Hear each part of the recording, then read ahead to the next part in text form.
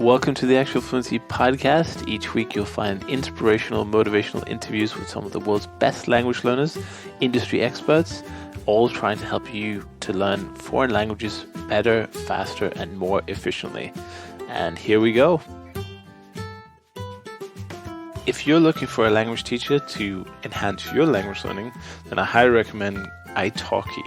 Italki is the world's biggest tutoring platform, and you can find thousands of teachers and tutors at very reasonable prices. Get a free lesson after completing your first lesson by going to languageteacher.co. Hello guys, and welcome to episode 153 of the Actual Fluency Podcast. On this episode, I'm joined by Tamara Marie from SpanishConSalsa.com, who is a Spanish teacher who focuses largely on the medium of music to help people learn Spanish. And in the episode, we get into a lot of the reasons why music can be really beneficial. And I also share some of my own experiences using music in my Russian studies. So do enjoy this episode, and I'll see you for the next one. All right, Tamara, welcome to the Actual Fluency Podcast. Do you want to start the episode off by giving the listeners an idea of who you are, where you're from, and what you're working on at the moment? Sure. So my name's Tamara Marie. I am from the United States. I live about an hour from the nation's capital over here. And I really started learning languages when I was in middle school, right? But I think the way that language is approached here in the U.S., and I'm not sure if this is true for other places. I think I have some friends in the U.K. who said that it's similar there as well, but that everyone is expected to speak English, right, by default. And the way language is taught in school is sort of like a cultural note, right? It's like, okay, learn some French, learn some Spanish, but it's not like we learn conversational language or we learn anything that will really help in the real world, to be honest. So although I had exposure to Spanish when I was in middle school and then again in high school, and actually stuck with it throughout all of high school, even though it was an elective, I thought I was pretty decent at it, but it wasn't until the first time I actually traveled that I realized that I wasn't, right? So my first time out of the country was years after I graduated from high school, and I was going on a trip to Panama, and I thought, I know Spanish, I'll be fine. So I remember thinking that, I was trying to brush up on some words before, I got to the airport in Panama. And I was sitting on the plane and I was like, all right, I just need to remember like the word for address, dirección, because he's going to ask me, what's your address to fill out the customs forms and immigration, right? So I'm like really concentrating, like, yeah, I'm going to nail this, I got this. And I get up to the line in immigration and they're like, I don't know what the guy said, to be honest with you, because I have no idea. I just remember standing there like, see?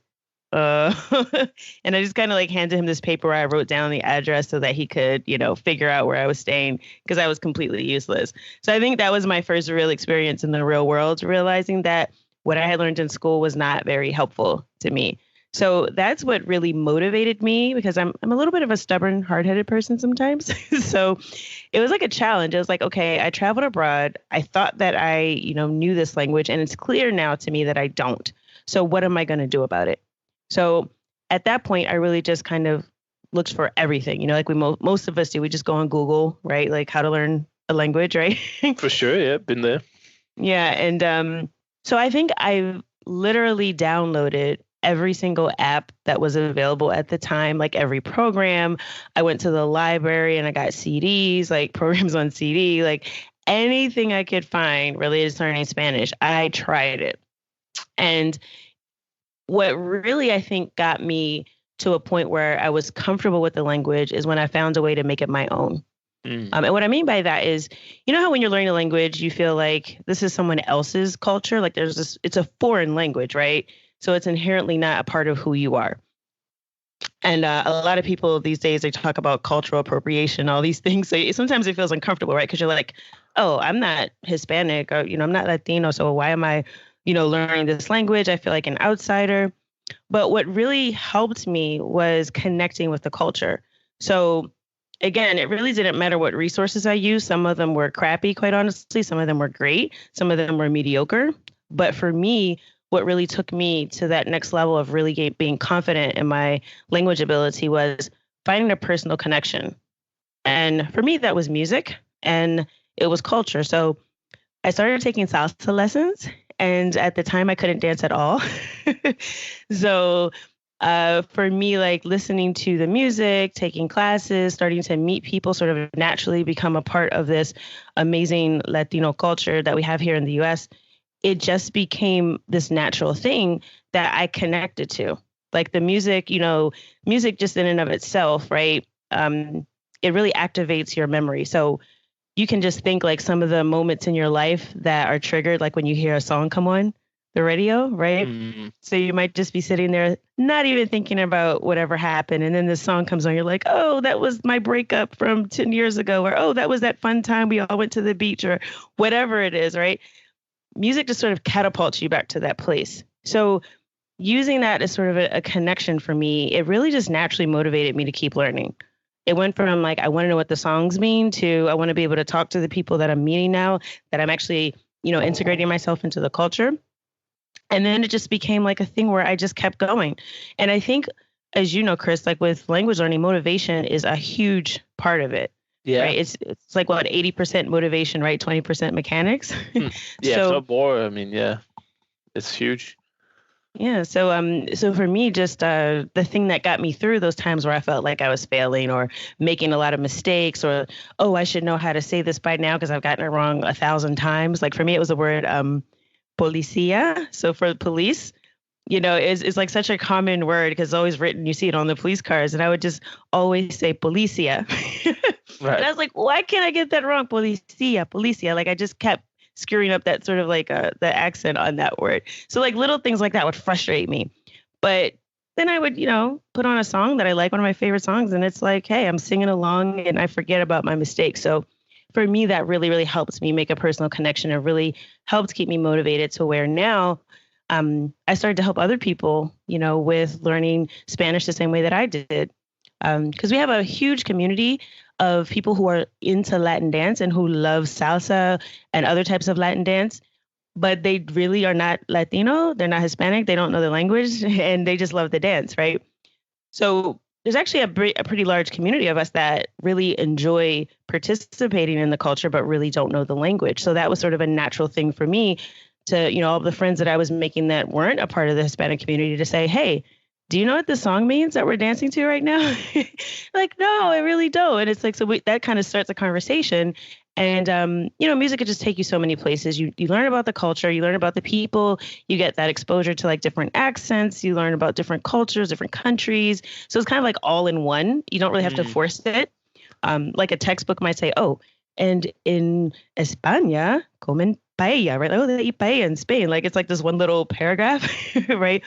But like with music, you don't have to force it like that. It's sort of just naturally there. It's part of the rhythm. It's part of the artist who's singing. It's part of the emotion you hear in his voice. You kind of get all of that wrapped up in the music. So it just became a natural way to have conversations and go deeper. And and eventually, I guess we can talk about it a little later, but I sort of developed that more into courses and then a community around learning Spanish specifically through music. Super interesting. Yeah, I definitely want to dig into that method a little bit later just to hear, because I think a lot of people are listening to that suggestion, and it has come up before. People have said, probably more in passing, really, not as a big part of their method, but people have said before occasionally on the podcast something like, oh, I use music a lot to learn this language, or I really like to listen to songs in the language.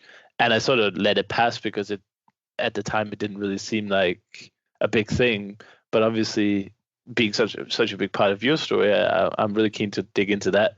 But just one moment before, going back to your method binging of trying all the CDs and the apps and the everything, was there any sort of aha moments there compared to when you were going through the school curriculum, which I assume was a standard kind of like grammar drills and lots of reading and stuff? Was there any kind of big revelations then in those methods, or did you really find that click once you got into the music really? I think for me with Spanish, especially that it was definitely the music. It wasn't until I started to learn other languages later that I realized how different it was to really start from scratch when you're learning, right? So because I'd already had that little bit of a foundation from school in Spanish, like grammar wasn't foreign to me, so I sort of had that. But when I in college when I took Arabic, and then later when I started learning Portuguese, I realized, oh, okay, it's really different now when you have a language that has a different writing system or Mm. has sounds that you don't have in your native language. So what I noticed, like one of the things that really clicked for me, and I started to realize what was helping me with Spanish as well, was really paying attention to the sounds. And I think a lot of times we get caught up in we want to have a conversation or we want to be able to I don't know, read a novel or whatever we want to do in the language, and we don't really pay attention to the sounds. And I think that is why music was for me really helped things click because you really have to pay attention to the sounds, right? Especially if you don't know what the words mean, but you still have like the song memorized. You know how you like have a song in your head and you don't know some of the words, so you just kind of go da da da da, or you like make up something, right? Yeah, But you still got this melody and this rhythm kind of just stuck in your head. It's there, right? And you don't know what to do with it. So like I think with music, it's like you have to pay attention to the intonation, to the sound of the language, the real in every language, even without like music behind it, has its own musicality, right? Has its own of rhythm. course. Yeah. So I think what it did for me was make me really attentive to the sound of the language. And I noticed that later with Portuguese and with Arabic. I said, you know, those two languages have sounds that are very different from English. And I realized that I was going to switch to just focus on getting those down before I got to grammar, before I got to vocabulary.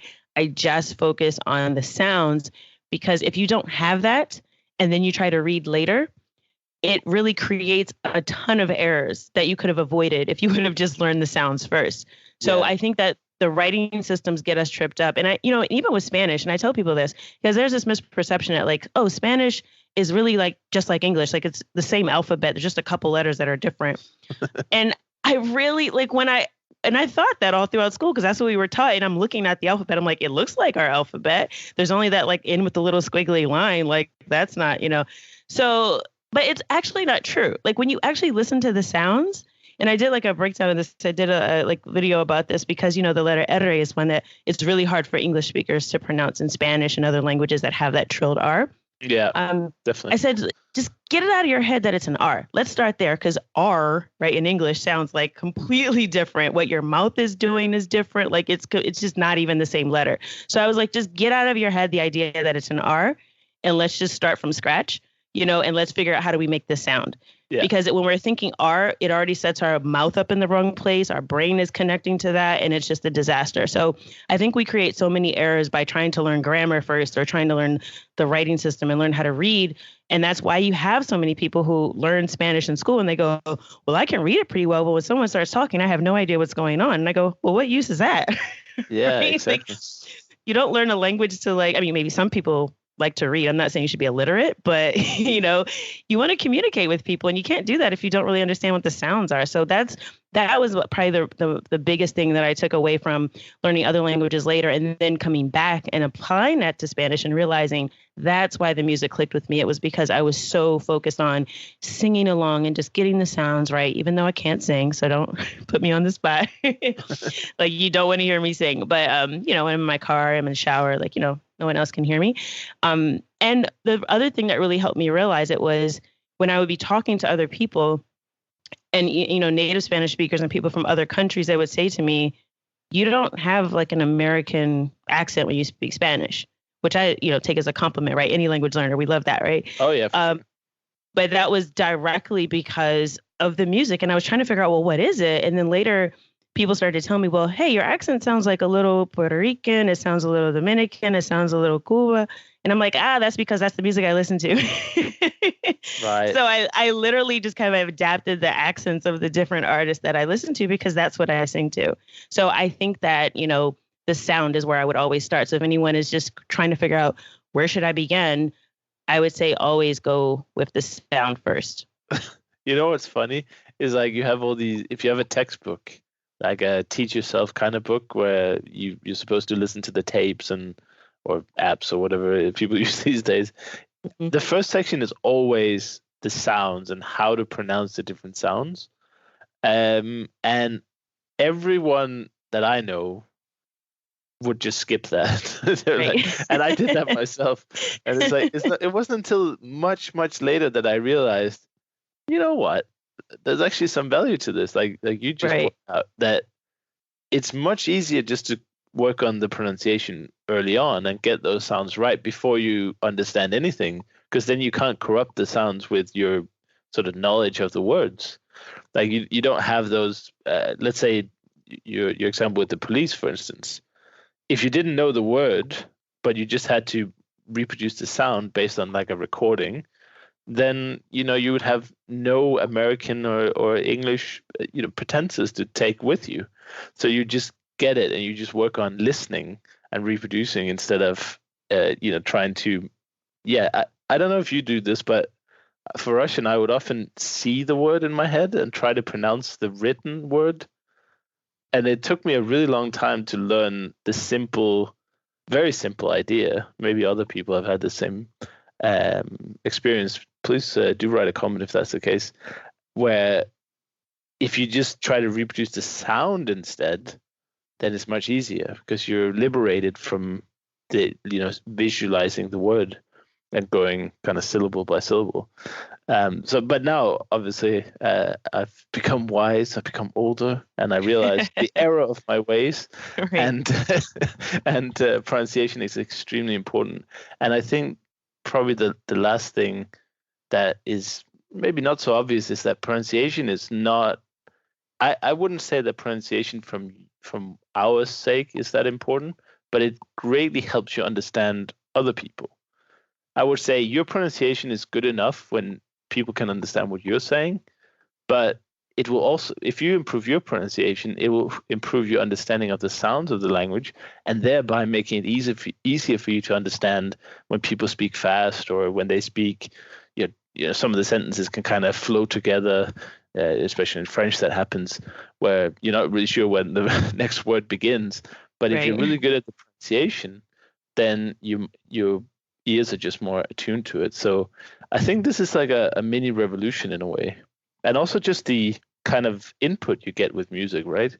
If you're starting a language, let's say you're beginner level, you know a little bit, and you put on some songs that you really like, you could listen to those songs like 200 times a day and you still like them. So that's a lot of repetition. It's a lot of input. It's a lot of listening to the language. Whereas if you have a textbook, I mean, who can really be bothered to go through the same textbook more than, let's say, once, really?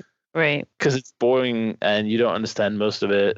It's the same if you watch like a TV series in the language that you're learning. You don't really understand what's going on. Maybe you haven't seen maybe it's an original series. If you put on a dubbed version, maybe you can follow. But if you put on a TV series that you can't follow at all as a beginner, you just lose interest, and you watch it once and you're like, oh, okay, that's fine. But listen to a song, it's just groovy. You don't need to understand the words to enjoy the song. So I think that's a great idea. Yeah, and the other thing, actually two things about music as well. So what you mentioned was the repetition, right? It's like you have a native speaker in your car, like with you, or in your headphones while you're taking a walk, and you can play it as many times as you want. But the two elements that I really also noticed about music that's very different from sort of like a more formal way, or maybe even an audio course that gives you a lot of different examples, is that, like, for example, in Spanish, they might start off with like, hola, ¿cómo está usted? Right? Like they're talking like super slow. So like that connected speech, like you don't get any of that because they're really trying to get you to understand the words in isolation, which is great. I mean, when you're a beginner, you need sort of things to be slow sometimes. But the thing I love about music is that you really get to hear a native speaker using their language in a context, and you don't have to try to figure out like, oh, okay, well, what do they mean by that? Because it's not so robotic, right? So like in those examples we get in most language courses, my experience has been that they're all super like professional or robotic. Like, it's like nobody walks into a room to start a conversation like, hola. It's super like either dramatic or just like, super dull. Nobody talks like that. And what I noticed was it's hard for me to understand when I hear a native speaker speaking in a language, if I haven't heard them speak like at a normal conversational tone or even with some emotion before. So like with music, music is super emotional, right? Like there's no song that's like, well, I don't want to say no song. There's lots of different music out there. So I don't want to say never, right? But generally, especially with Latin music, because just the way the culture is, which is something you also pick up through the music, is like the music is very emotional. Music generally is telling a story, right? Which is something else, as you know, is really good for memory. As you know, I know there's a lot of research that's been done about learning language through story. So music has stories as well. There's usually someone talking about either heartache or a transformational experience or just a good time that they had, right? Like there's always emotion. And when you hear language used with emotion, it's very different from hearing it in an isolated, sort of dry, textbook experience where there's like no background noise. You've got this super clear recording of someone speaking very slowly and professionally, which doesn't happen in the real world, right? You're at a party, you're at a restaurant, you're out with friends, there's background noise, people are speaking at their normal rate. They may be excited because they're telling a story. They're like, da, da, da, da, da, right? Like their energy level. Yeah. All of those things go into the way that you speak. And if you have never heard that before, the first time you hear it, it's like you have to almost readjust and try to fit those robotic words into the actual rhythm of the language. So not only with the emotion, but you also get like that connected speech in the language when you're listening to music. So like when you hear a phrase, like one of my favorite songs to use with beginners is a Mark Anthony song called Vivir mi vida, which is just live my life. And you learn sort of grammar naturally. Like you don't have to someone sit down and say, all right, today we're going to learn the simple future tense in Spanish, right? Like he just says over and over again, voy a vivir, like I'm going to live, voy a bailar, I'm going to dance. So like you kind of already pick up that pattern. And he's saying it with like all this emotion and excitement. So you really get to hear how it sounds when someone's actually using the language. So I think music is just so powerful because it kind of has all of those elements that are already kind of prepackaged for you. And again, it's like you get to hear that connected speech. You get to hear language used with emotion, which you usually don't get in language courses. Or if you do, it's like super theatrical, right? Like it's like a very amateur high school play, right? It's yeah, like, it's true. Nunca voy a hacer eso. Like I'm never going to do that. Like it just people don't talk like that in real life. Like it's like a telenovela, like where people are super dramatic, but that's just not how language sounds in the real world. So that's another reason why I really appreciate music. Yeah, I mean, it's totally right. It's like we're educating people to be speakers in a way, but not really. And they don't understand the answers. So there's really little point. It's like, it's good that you can say a lot of things. But even then, I mean, if we're looking at the school system, you mentioned that early on that you had that typical experience of, I felt like I was doing okay because you were probably passing the tests and you were probably doing well according to the curriculum. But then when you're face to face with a native speaker, then suddenly you realize, you know what? I don't know anything. Or the things you know don't add together to make some kind of a productive speech. And I think that's a bit of a shame. Of course, we often talk about that here on the show, about the inefficiencies of the school system. And obviously, a big part of the podcast aim is to spread ideas like this, that the school is terrible and you should really be independent about language learning and seek out better ways of doing it, and this whole idea of using it as soon as possible and being practical. I think that's the most important thing in language learning. If it's much better to be able to go up to someone and have a little basic conversation than it is to know the conjugations of all the verbs or all the tenses or whatever, Right, exactly. It's so much fun. And it's interesting because I think that for some reason, that's where, school is very focused on that, like you said, grammar drills and all of that. And one of the ways I really felt like I was cheated by my education was, for all those years I was doing this is how you conjugate AR verbs and ER verbs, right? But only the present tense. I don't even think we ever did past tenses. But anyway, I realized when someone asked me a question and I wanted to say something besides just like yes, like see, I wanted to say something else. I realized I didn't know how to say okay. Like just to confirm, like, oh, okay. Like I couldn't say that in Spanish. And I was like, what the heck have I been learning? Yeah. like it's such a basic thing. And I always tell people that like it's a basic conversational thing that happens when you have two humans having an interaction. That's what does Exactly. not happen in a textbook. But like saying okay, I was like, I don't know how to say okay. How is that possible? But Exactly. I can't say I want a refund from education because it was free. It was public school, so I guess I got what I paid for, right? Yeah, well, same here. I mean, well, my parents paid, I guess, so that's maybe they can get a refund. I don't know. We'll just take a quick break to hear from our sponsor, italki, but we'll be right back. On this podcast, I've interviewed hundreds of language learners, some of the world's greatest polyglots and industry experts. And one thing they all agree on is the value of one-to-one tutoring lessons. And for this, I highly recommend italki. They have thousands of teachers in all price ranges, and they even have certified teachers who have taken diplomas or have degrees in the language you're learning. So whether you're just brushing up on your Italian ahead of a trip to Rome, or you want to master Russian to take the exam, or whatever your goals are in languages, italki has a tutor suitable for you. And compared to private tutoring offline, it's really affordable. You can find informal tutors down to $5 an hour, and you can have trial lessons for even less. So if you want to master a language from the comfort of your own home, and you even get a $10 credit when you complete your first lesson, go to languageteacher.co and check out italki. It might be the best thing you do for your language learning this year.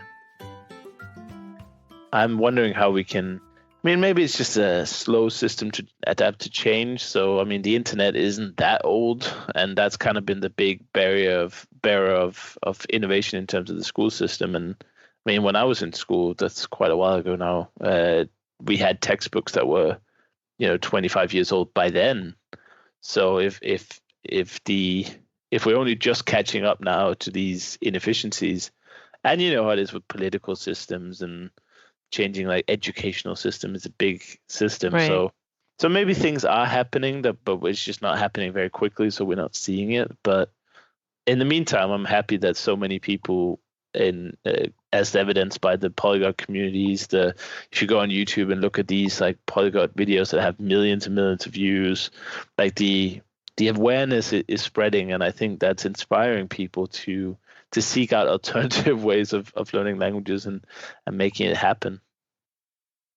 Yeah, definitely. And I mean, that's something too that I latched on to because I had never heard the word polyglot like a few years ago. I was like, what does that mean? But it's like just when you start looking for stuff online and you connect with other people that are learning languages, I think that's really powerful. Because I know for me, I joined the Add One challenge years ago, like one of the, I don't remember which number challenge it was. It was one of the earlier ones.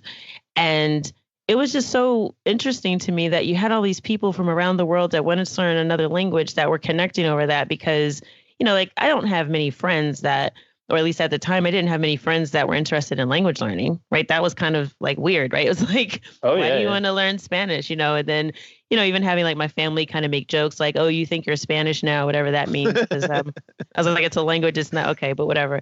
But yeah, so it was really interesting to kind of have that, almost ridicule or just kind of that awkwardness from like people that I knew in my circle. But then I would go online and I could connect with all these people who were like language nerds like me, who were geeking out over like, oh, I learned how to say this phrase today. That's pretty awesome. Like, oh, I didn't make this mistake today. Like just having that connection is really powerful. And I think the internet has really made it more accessible for us to find other people who are learning language. So I always say like, if you don't have anyone, especially like if you're in a small town or you're somewhere where there's not a huge community of language learners or a huge community of people that speak the language that you're learning, the internet is a great place to connect with people. Well, obviously in a safe way, right? But as a female, that kind of is an issue, unfortunately. But just to be able to reach out and find people who share the same passion as you do, I think that has been a real game changer in terms of the internet and just people, taking control of their own language learning and not being dependent upon, an academic institution to sort of catch up with the times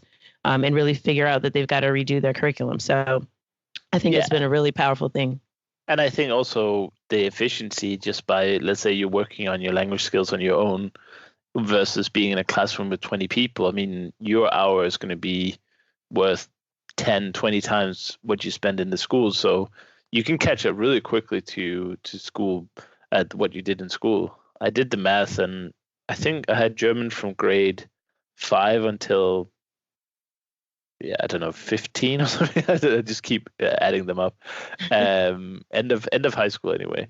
And it was something like 8 years of continuous study. And then when I added up the total number of hours, because of holidays, weekends, just the fact that we only had it once a week, 2 lessons once a week, meant that after 8 years, I only had 300 hours of German study, and Wow. that's classroom style. One person speaks at a time, kind of. There's never any dialogues, and it's just like 300 hours is not that much. Like, I see a lot of people in our community who are actually counting their time, and they're much better at studying than I am, and certainly more productive. But they can easily do 300 hours with a full-time job just on one language, so Right. in a year. So that's 8 times as fast as I did. And that was without barely any homework, because I don't know about your experience in school, but certainly the language homework was very limited in our school. Yeah, we had a paper once in a while, but you could usually get away with not doing much. So, so I'm not counting Yeah, any I wasn't additional work. I wasn't a fan of homework, so yeah. Me neither. And actually, I don't think there's a problem with that. I mean, obviously, doing the papers and stuff is kind of making people ready for university, right? But I think the schooling should happen in the school. Like, the teacher is responsible for the learning.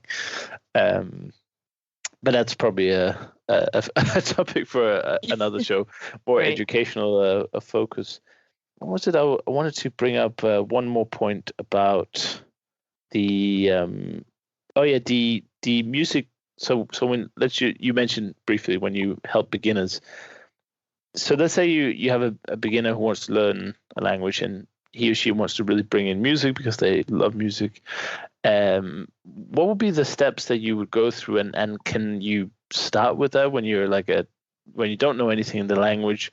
Take me through some kind of the first steps if I were one of your students. Right. So definitely, I think that the first thing is to find a song that you really like. And I say that because I know a lot of times we're intimidated by, the level, right? We're like obsessed in the language learning community with like, oh, is that an A1 or is that B2? Like what, I think when it comes down to, language, like I said, like you have to make this personal connection with it. So if you find a song that you really, really love, right? It doesn't matter who the artist is, doesn't matter how long the song is, doesn't matter how complicated the grammar in the song is. You really don't care about that stuff. If you have a passion for it, you're naturally driven to want to learn what it means. So I would say go with your gut, go with your heart, go with what you love to listen to, because you're going to be listening to the song a lot to really study it, right? To get some value out of it. And if it's something that you are kind of meh about, the chances that you're going to get through it are slim to none. So I know that's not probably a more traditional approach, but I mean, I do definitely have suggestions for, if you're a beginner and you don't have a song that you already like and you don't know where to start, I definitely have some songs that, that I'll start out with, like the Mark Anthony song, Vivir Mi Vida is a perfect example because the language is very simple and very repetitive. So I do have recommendations along those lines, but if you're just starting out, I would just say go with something that you really love and start to piece that apart, because I don't know about you, but like, let's say, for instance, since we're talking about passion, not to take the analogy too far, but like in a relationship, right? So let's say you see someone that you really find attractive. You might just see them on the street. What is your first thought? Like, oh, I want to get to know more about them. Like, you don't care how old they are. You don't care where they're from. You don't care that they may be out of your league or they might, whatever it is. You're just sort of driven naturally to say, I want to know more about that person. So I would think of a song the same way, right? Like if you really love the song and you listen to it and something about it just kind of hits you, go with it. Start piecing it apart. Now, of course, depending upon, so if like you're a beginner and the song is super complicated, I always give people like this rule of thumb. So let's say you go online, you find the lyrics, and I'll talk a little bit about that too, kind of how to do that the right way. But, you can just kind of do a search. There's a lot of sites that have lyrics. And you say, okay, I got the song, I have the lyrics. And you go through like the first couple lines and you only know one or two words. That's an indication, not that you should move on to another song, but that's where you should stop for that particular study session. So in other words, don't be obsessed with trying to just read through the whole song right away. Go at your own pace by your level. So maybe you only get through 2 lines today because this is the first time you've ever seen Spanish in your life and you need to piece apart every single word. Then you're only going to go through 2 lines. And that's okay. You have time and you can kind of do that, one at a time, little by little, and eventually you'll get through the entire song. So I would say start with something you love, gauge sort of how you study it by what your own level is naturally.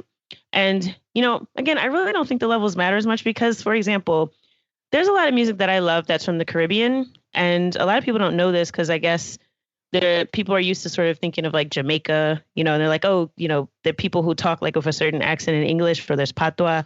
But people don't think that there's a lot of Spanish speakers in the Caribbean. And actually, the majority of the Caribbean is Spanish speaking. So it's like a little over 60%. So it's actually the majority dominant language in that region. Most people don't think about that.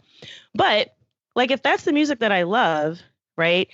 And I've been studying Spanish from Europe, even if I have a very high level, I may still only be able to get through 2 lines of that song because there might be words in the dialect that I don't know. Okay. So the level really doesn't matter. You could be passing tests all day long, but the minute I put on Mark Anthony and he starts going, wepa, you're like, what's a wepa? So you've got to really take that in consideration. It doesn't really matter, what you think your level is. It matters, where your passion is calling you to and what you want to dive into. So I would just kind of go through section by section. First thing is obvious, right? Pick up some vocabulary. So you're going to come across words that you don't know. And then let's say you do know a lot of the words and you can kind of take a bigger chunk of the song. So like, let's say, oh, I know all the words in the first 2 lines, then maybe take the whole first verse, and just break it down like that. So I always recommend chunking it down, just like you would with any other learning material when you're doing audio, kind of chunk it down and take it piece by piece.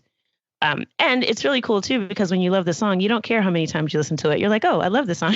That's it. Yeah. So it doesn't feel like study. And that's what I have a lot of people. So in my community, Spanish Con Salsa, and I know I haven't talked a lot about that yet, but, we kind of have this saying where we're like, hey, I don't even feel like I'm studying. I feel like I'm just kind of having like my own personal party, like on the weekend or after work. Because like when you have a full-time job, you have a life, you're in school, you're doing whatever. When you go down to like sit down and study a language, it can feel like, oh my God, like I don't want to do that. Like I have a friend, for example, who's a professor. So she's been in academics her whole life. And she's like, when she's in the middle of a semester, she does not want to come home and then do anything where she has to use her brain. So she's already told me like, I cannot learn a language right now because like my brain is fried. And a lot of us have like demanding jobs or other things that we're doing. So but it really shifts when like what you do is you go home and you listen to music. It's like, what? I get to do that? It's like, that's the coolest thing ever. It's not like, oh my God, I got to study this grammar. I really got to make sure I don't screw this grammar up again. Cause you're just like, oh my gosh, I get to like delve into the song. And then when you get to really reveal like what the song means, it's like this opening of the meaning of the song. You're like, oh my God, is that what he was really saying? Like, so there's this discovery process too. So you're kind of figuring it out as you go along. So that makes it really exciting. And it really doesn't feel like studying.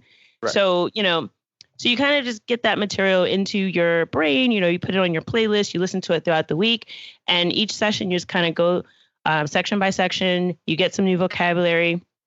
However you like to study vocabulary, if you like to do flashcards or whatever is your preference, I would do that. But I would say, just listening to the song, you're going to hear it again. So that's really, it's just like a rinse and repeat process. You go section by section, you pull out the words that you don't know. And to really go a step further, when you're at a more intermediate level, I would say then to pull out some of those things and actually, practice using it on your own. So pull out some of the vocabulary from the song and just kind of figure out how you would use it in a day-to-day situation. Some songs are better for that than others, right? There are some songs that are party songs. And it's like I always tell people because the song Despacito was very popular for like ever. And it's just this Luis Fonsi song, and Daddy Yankee is on it for those of you who don't, not familiar, but it was just like everywhere for like a year, and then like the year after, and it like was like the most requested song I got. So I actually did an episode about it for my podcast because people kept requesting this song, and I think like there was a remix with Justin Bieber, like it was insane. So when that song came out, like everybody wanted to know it, and they would say, "Oh, like, can you break down the lyrics for me?" And I would say, "Yeah, I can, but like, just be mindful that there's certain things in that song you probably don't want to say." Right. So maybe going you do. along with that. Yeah, to each their own, I guess. Yeah. Well, yeah, that's true too. Disclaimer. Maybe you do want to learn how to talk like Daddy Yankee. However, I think one of the things that's really important when you're learning through music, and a lot of people, I don't think people really co-sign with this a lot because people, like you said, they kind of use music as just sort of this like fun thing. And they're like, oh, I'll go on to a website, just look at the lyrics and blah, blah, blah. And they don't really get into the culture of it and really study the song. But what I always say is if you don't really know a lot about that culture, like especially if you're reading a song, you're reading the lyrics to a song that may be from a country that you're not familiar with, or it's not the country that you learned your language from, I would really suggest like looking for either a language exchange partner or a tutor, like, on a site like italki or something like that, and just find someone that's from that area. And I usually recommend a tutor more so than a language exchange partner because they're usually not the best translators. But have someone kind of verify what you came up with and go through the lyrics with them, because that's how you pick up all those like cultural nuances that you don't get on your own. So, for example, like I just kind of screamed out earlier, "Wepa," right? So that's a very Puerto Rican thing to say. Like that's not something that you're going to hear in Spain or in Mexico. Like, and it doesn't really mean anything. It's just sort of like something people say when they're excited, like they're at a party. It's like, hey, go ahead or whatever, right? It's just kind of a random thing, but it's a very, very Puerto Rican thing. And if you're listening to like Marc Anthony or Daddy Yankee, and you're trying to like figure it out on your own, and you maybe like Google it and all that kind of thing, you might not really get a feel for what it means and what the emotion is behind it. So I always would suggest kind of like go over it with someone, find a tutor that's from that region that may know that song, message them in advance and say, hey, I really want to go through this song. Like, are you okay with that? Are you familiar with it? And if they don't know that genre of music, then find someone else, right? It's not like this cookie cutter thing where you can just like pick any language tutor, I guess.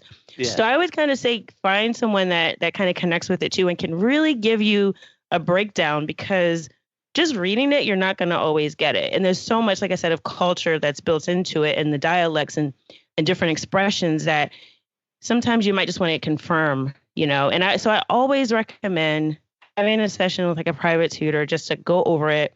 If you've translated it yourself or you found a translation somewhere else, doesn't matter. Go over it with a live human being, because that's also how you practice conversation, right? So that's another opportunity for you to talk about the song. And, I've also found that for me, learning through music has helped me connect with people. So, for example, there's this just kind of quick, funny story. So there's some friends of mine here that have a party. They call it tacos and tequila. Right. So you can imagine it's a little. Sounds like fun. Yeah. It's a fun time. But like every time, and so I have friends from all over. And there's a lot of people who, speak Spanish in our group of friends, and they're from different countries. They're not just all from the same place. But there's this one song that they'll always play at the party, and it's called El Rey, and it's the King. And it's just kind of this song that's just like everybody in Latin America knows the song, apparently, because I didn't. The first time I heard it, I was like, why does everyone know the song except for me? But when I learned it, it's sort of like now when I'm at the party, I can like join in and like I know what's going on versus just kind of being an outsider. Like, well, why does everyone know this song and I don't?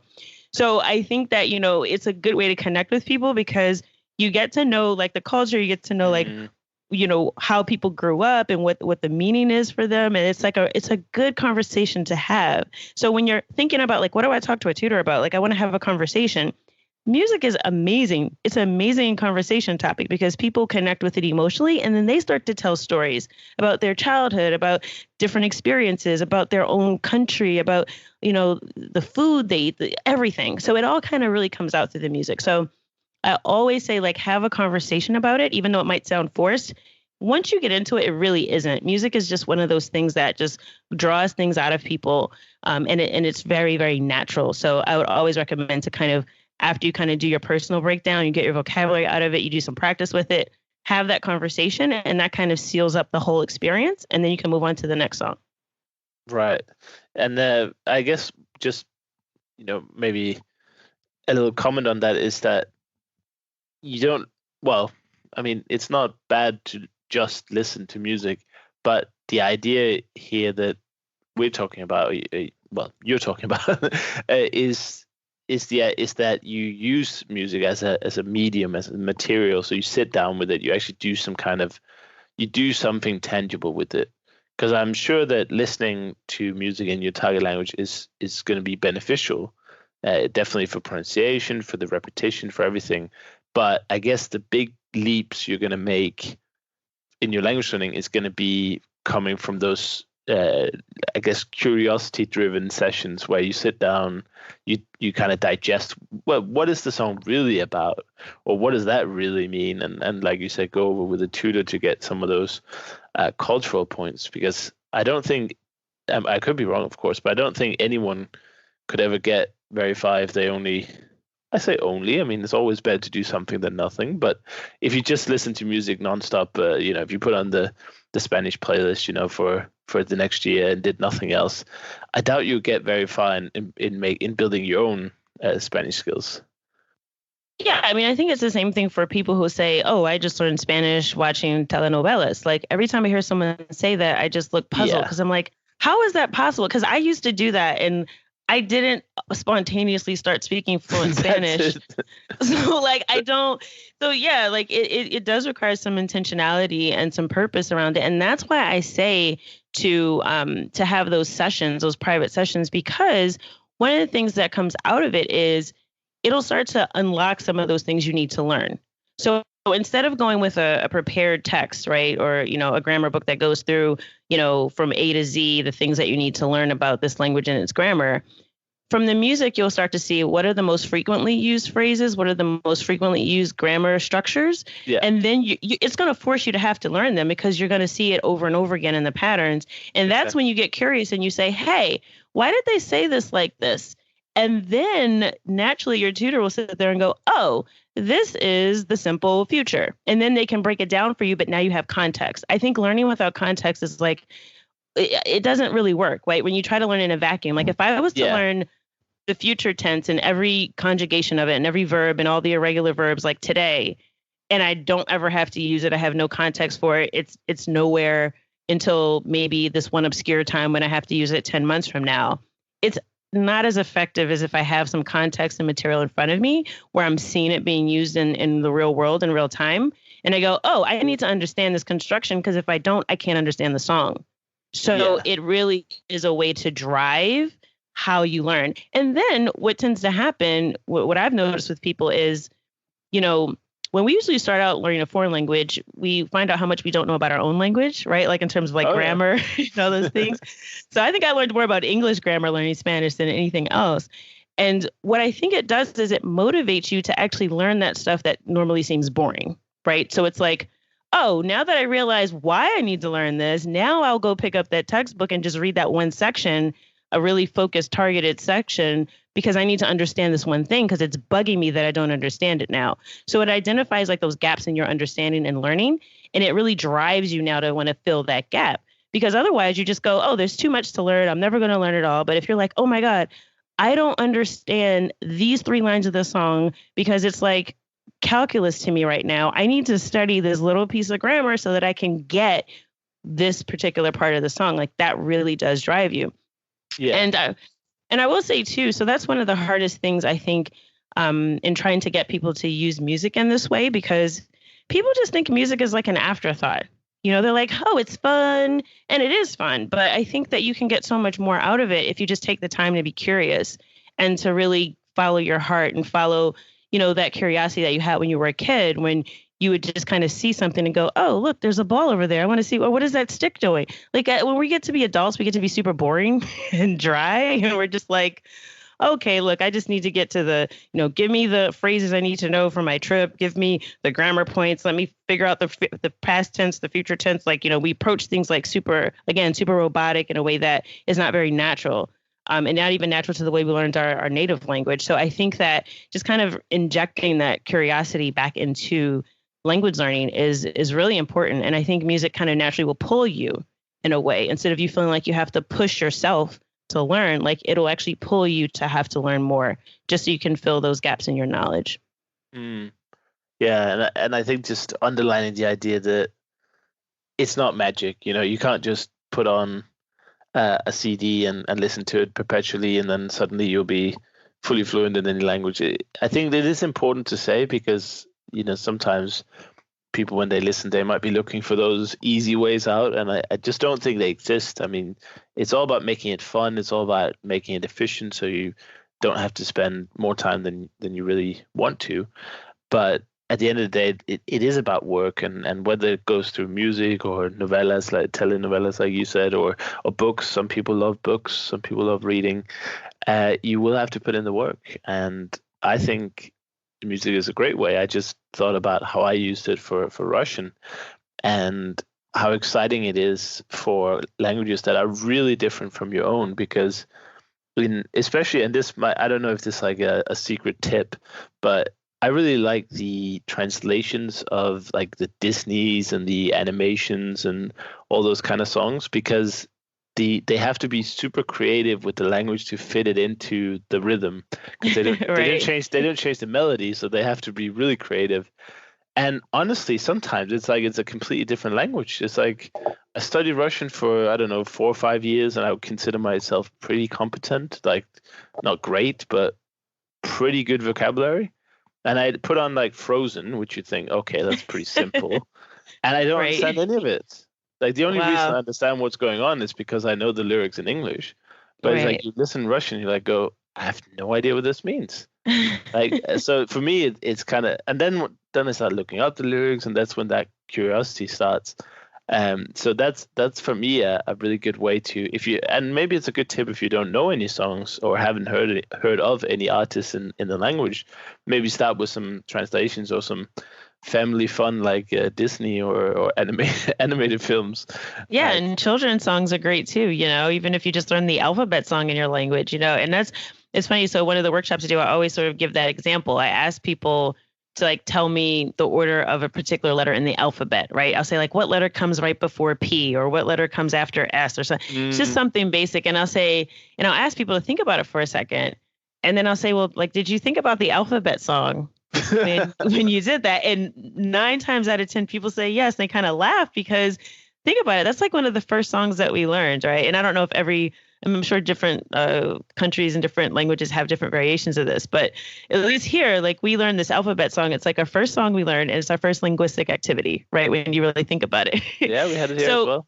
Definitely. Yeah, and we recall that as adults. Like think about how long ago we learned that, and you're like going A B C D E F G, like in your head exactly. to try to figure out and recall information. I think that just proves like how powerful it can be.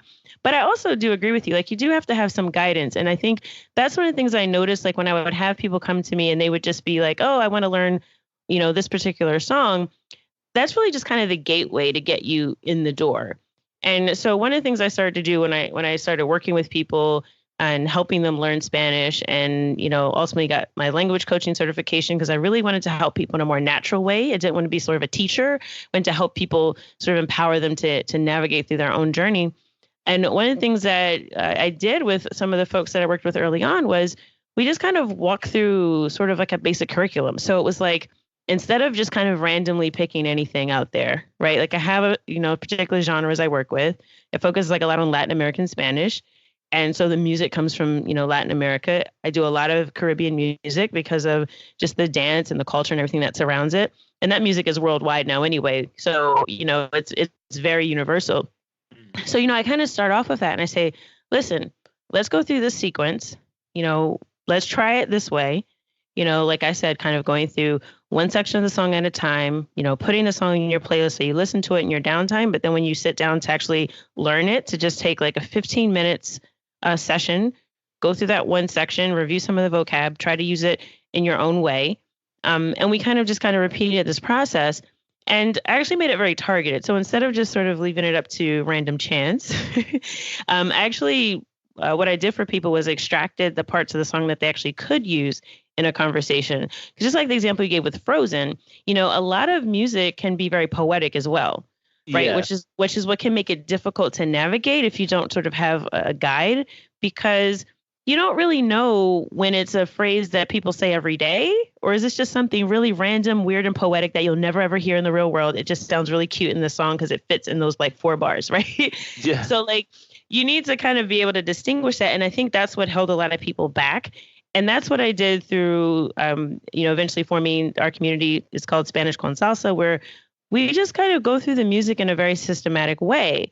And I've broken down songs that are good for beginners and good for intermediate levels, so that if you have any interest in music and you kind of start going, it's sort of like a curated list. It's sort of like curated playlist, right, for for your particular level. And we've like actually extracted out those things that are useful in conversation. So I think and again, that's why I recommended earlier to use a tutor, because you don't really know that on your own if you're just sort of reading it on the internet. So the human connection is always, always a factor when it comes to language. So what we've done sort of as a community is we, go through those songs in a particular order and extract those things that can be used in conversation, so it's not a mystery, and also explaining those things that are particular to a country or to a dialect, because you don't always know that either, right? So I might say, like I said earlier, like they only say this particular word in Puerto Rico. You're not going to hear that anywhere else. That's really important to know, because like if you go on vacation to Mexico or on holiday, right? Like, and you're, going to Wepa, they might look at you like, what are you doing? Right. So knowing some of those things, you're going to learn some of that as you go through experience, of course, but it's always good to sort of have a tour guide, right, before you get there and embarrass yourself. So, but anyway, so we kind of go through this process, and people have just loved it. I mean, I've had some folks that come in and they say, I really like music, but I was really amazed that I didn't know that that's what this song was about. Right, because there's a lot of songs that sound really upbeat. And one example I always like to point out, there's a song by an artist called Joe Arroyo, and he's from Colombia, and the song is called Rebellion, and it's about a slave uprising in Cartagena, Colombia in the 1600s. But when you listen to the song, it's like super upbeat, like it's a party song. And you would never think that it was this powerful story about history, about Afro-Latino history and all of this stuff. And I think, as a Black person in America, like for me to connect with that part of like Afro-Latino culture, like I didn't know they had those stories. I thought that was just unique to the US. Like at the time I was very naive. And I think, when we start to really delve into it and learn about the people, we really get that in the music in a way that you don't get it anywhere else. So, I always walk people through that example and say, listen, this is an important part of, it informs sort of who those people are even today. I was just in Cartagena in January, and there's a statue for Joe Arroyo there, and I went to go see it. And like some of the lyrics from that song were like painted on the wall. They have like a whole plaza for him. So like having that connection as and just kind of traveling there was like super powerful for me, because it's a song I've loved and I've been dancing to for years. And like to see that like in person, is like a very enriching experience. And you don't get that when you're just like looking at grammar. You know what I mean? Like Right. that's a whole other level. So, but yeah, so I always suggest like have a guide, don't go at it alone. I know a lot of us like to learn independently. I do too. I'm an introvert, but I think, relying on someone else's expertise, relying on someone to guide you, to coach you through it, a tutor, whoever it is that can kind of help you get through and navigate through some of that, really makes it a lot easier to digest. So yeah, the way that I use music is a little bit different. I don't just use it as like a game or like a fun thing, although it is fun. We really sit down and kind of go through, how can you use this in conversation? Here's the grammar that's in this song, and let's sort of break down some of the examples, but in a natural way, not in a forced way.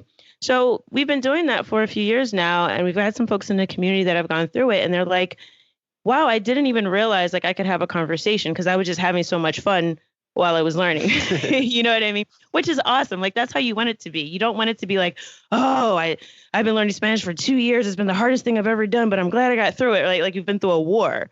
Like it's just been really gratifying to hear people say, I've been having so much fun, and I'm realizing it's getting easier, because the same thing happened for me. it's how I just naturally started learning, but I didn't even realize how much it was helping me until other people would notice, like, oh, your accent's actually not that bad. And I would go, really? So, it's those little things that you pick up just from kind of naturally mimicking the sounds, from getting that exposure to the culture, from staying motivated, because it's like there's always something more interesting to delve into. There's a new story, there's a new rhythm, there's a new genre of music that you may not have known about, there's a new artist. It's always evolving and giving you new sounds and new things to delve into. So I think it's really helpful, especially if you're, have a musical background or you just happen to love music. I think trying it out, it's worth a try at least, right? Yeah, for sure.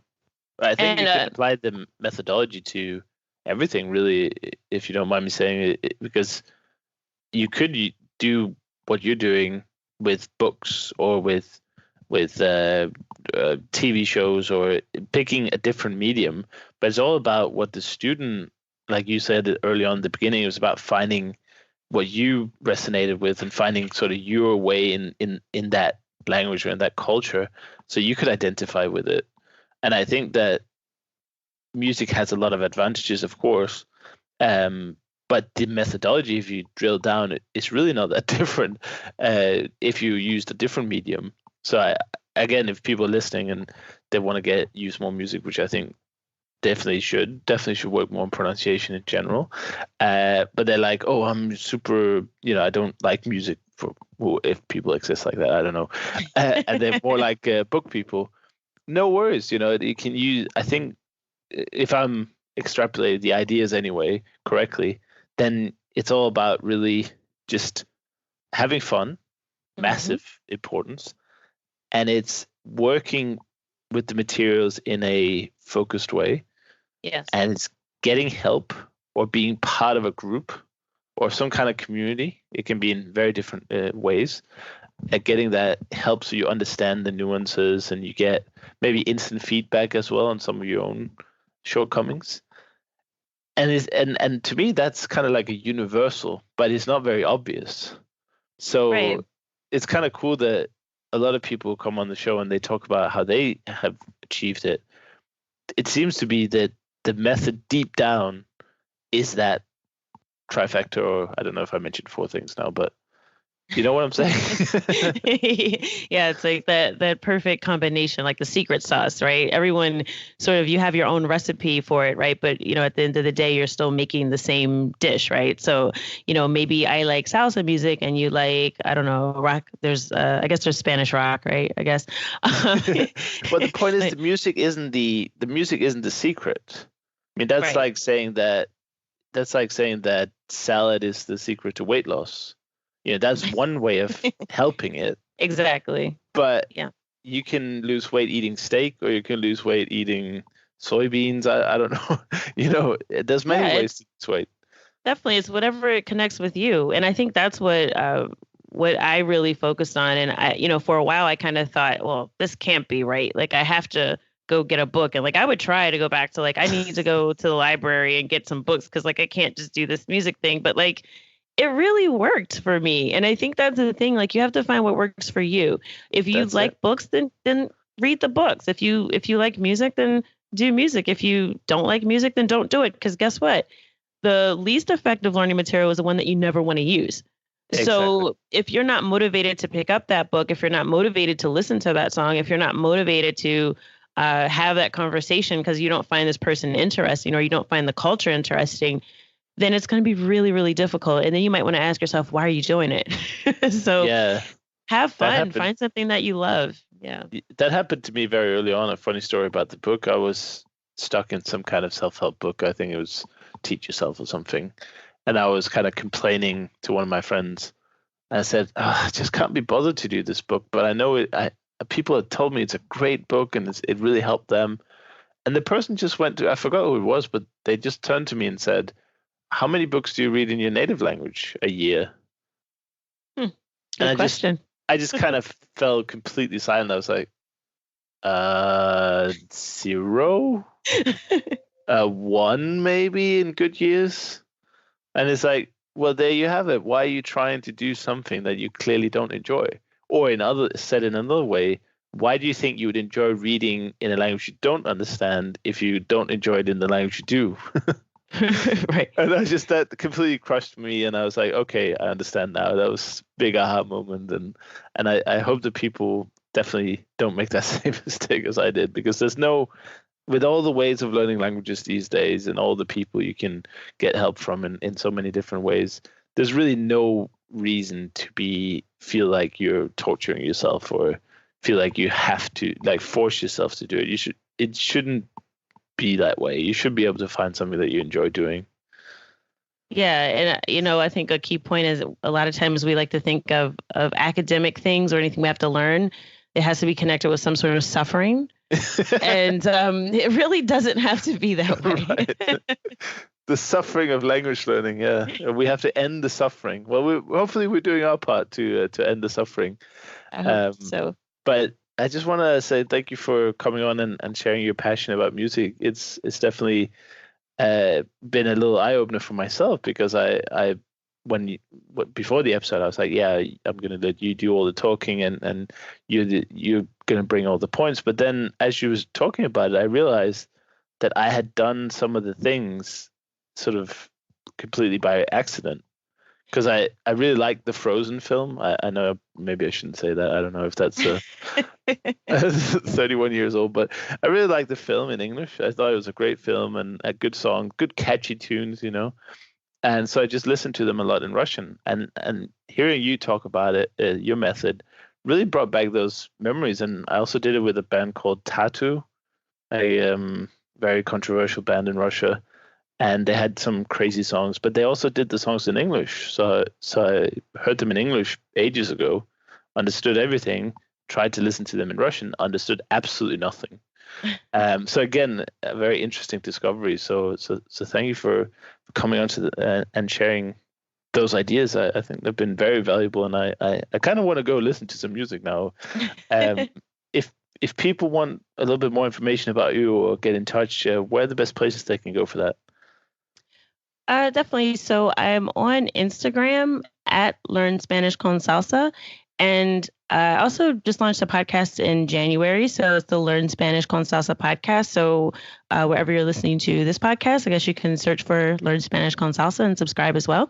And let me know what you think if you're into learning Spanish at all. But I also just give general language learning tips as well in terms of motivation and habits, because I'm a language coach. So I really focus a lot on, brain-friendly ways to learn language. So I cover some of that on the podcast as well.